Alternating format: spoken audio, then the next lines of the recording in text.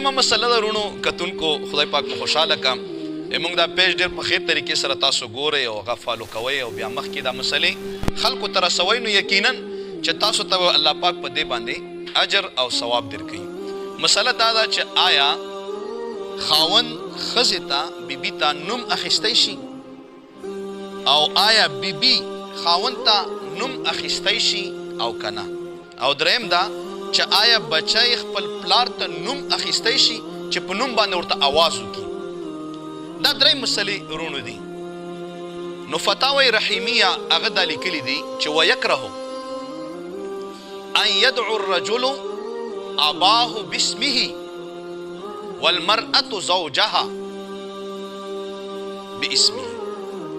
فتاوی رحیمیه لیکلي دي او سراجی هم دا لیکلي دي چې دا خبره مکروه ده. دا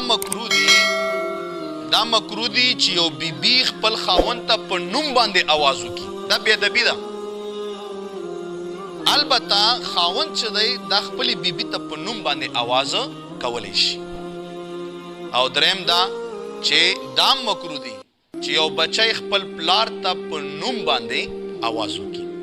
نو فتاوی رحیمیه دا فتوا جاری کړې ده او دا چونکې جدید یو فتوا ده نو دغې وجې نه هیڅ کله یوې زنانه له د خپل خاوند نوم اخیستل داسې طریقه باندې چې آواز ورته وکړي دا نه دی پکار. البته خاوند خپلې بیبي ته آواز کولی شي په نوم باندې او هیڅ یو بچي له نه دی پکار چې هغه خپل پلار ته په نوم باندې آواز وکړي.